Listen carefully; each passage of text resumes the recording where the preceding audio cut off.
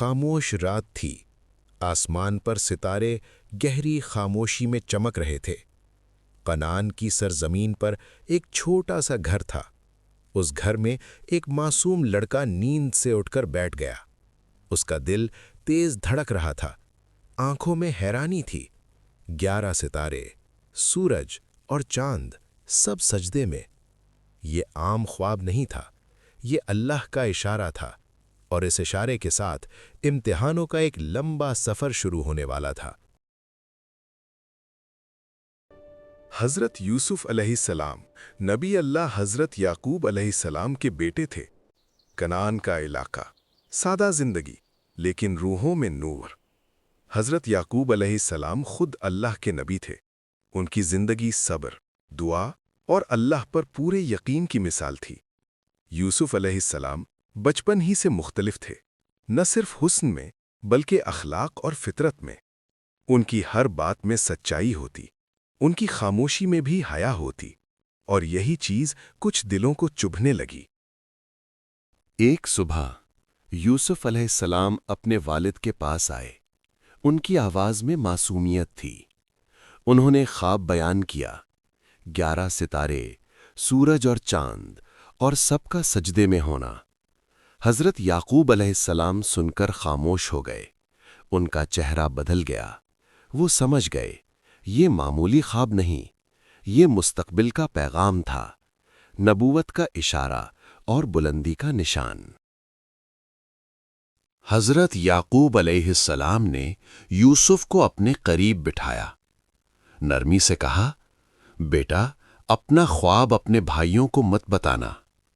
وجہ صاف تھی، انسانی دل کمزور ہوتا ہے، حسد جلدی پیدا ہوتا ہے۔ یعقوب علیہ السلام اپنے بیٹوں کو جانتے تھے۔ وہ جانتے تھے کہ شیطان حسد کے ذریعے گھر توڑ دیتا ہے۔ یوسف علیہ السلام کے بھائی سب کچھ دیکھ رہے تھے۔ والد کا جھکاؤ، یوسف پر زیادہ توجہ، ان کے دل میں سوال اٹھنے لگے۔ ہم زیادہ ہیں، پھر بھی والد یوسف سے زیادہ محبت کیوں کرتے ہیں؟ یہ سوال آہستہ آہستہ شکایت بن گیا، اور شکایت حسد میں بدل گئی۔ حسد کبھی اچانک پیدا نہیں ہوتا، یہ دھیرے دھیرے دل کے اندر اگتا ہے۔ بھائی ایک دوسرے سے بات کرنے لگے، راز کی باتیں، خاموش مشورے۔ ان کے لیے یوسف صرف ایک بھائی نہیں رہا، وہ ایک رکاوٹ بن چکا تھا۔ حسد نے انصاف کو اندھا کر دیا، اور جب انصاف اندھا ہو جائے تو گناہ آسان لگنے لگتا ہے۔ بھائیوں نے سوچا، اگر یوسف دور ہو جائے تو والد صرف ہمارے ہو جائیں گے۔ کسی نے کہا، یوسف کو ہم سے الگ کر دو۔ کسی نے کہا، اسے دور بھیج دو۔ اور پھر ایک خاموش فیصلہ ہونے لگا۔ گناہ کو اس طرح پلان کیا جا رہا تھا جیسے کوئی عام کام ہو۔ یوسف علیہ السلام ان باتوں سے بالکل بے خبر تھے۔ ان کا دل صاف تھا، ان کی سوچ میں کوئی میل نہیں۔ وہ اپنے بھائیوں پر بھروسہ کرتے تھے۔